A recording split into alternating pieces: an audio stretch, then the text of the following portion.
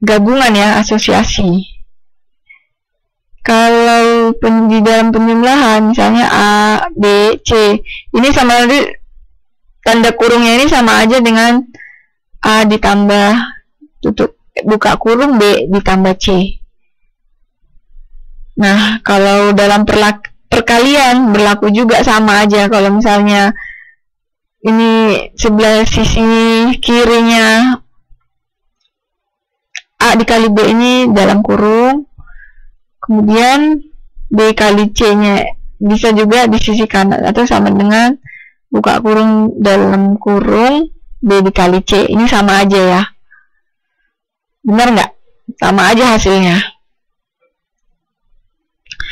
Kalau komutatif itu biasanya apa? Pertukaran ya. Dalam operasi penjumlahan A ditambah B atau juga B ditambah A. Perkalian juga sama aja, A dikali B atau B dikali A. Kalau identitas itu apa sih? Identitas tahu ya? Ini hanya ada A, berarti A ditambah 0 atau 0 ditambah A. Nah, untuk perkalian identitas itu, misalnya hasilnya harus A, itu hanya bisa dikali 1 aja. Nah, ya ini berarti cirinya hanya A. Karena dikali 1 yang tetap aja hasilnya A.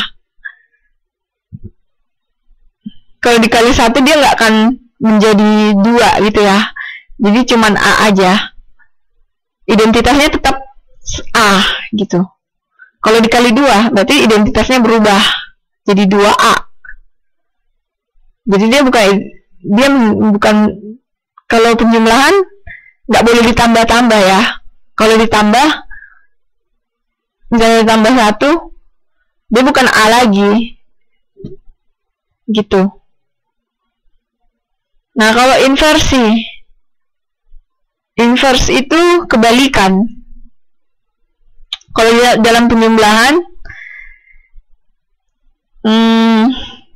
sama aja ya, ini A ditambah minus A, itu sama aja dengan minus, ininya dibuat minus, A nya yang di sini yang dari positif jadi minus, terus A yang minus ini jadi positif di sini. Oke.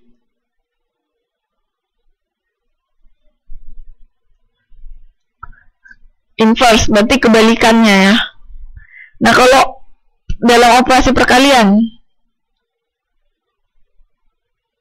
ya ini cuman ini aja sih, kurung ini kayak perlu dikurung sih, perlu dikurung. Nggak harus, cuman perlu menandakannya.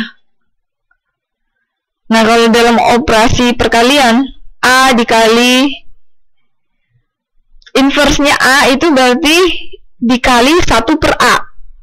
Benar nggak? Jadi nanti hasilnya A per A sama dengan 1. Misalnya inverse 10 berarti 1 per 10. Benar kan?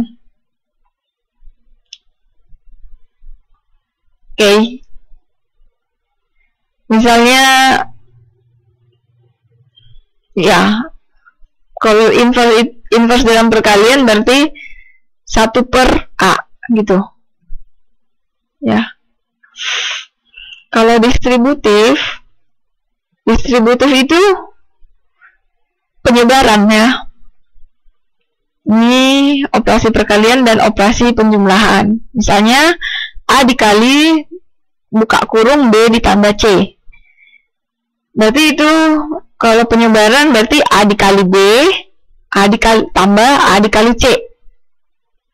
Nah, ini nanti kaidah-kaidah ini akan kalian pakai dalam penyelesaian, misalnya untuk mencari himpunan penyelesaian suatu persamaan. Oke.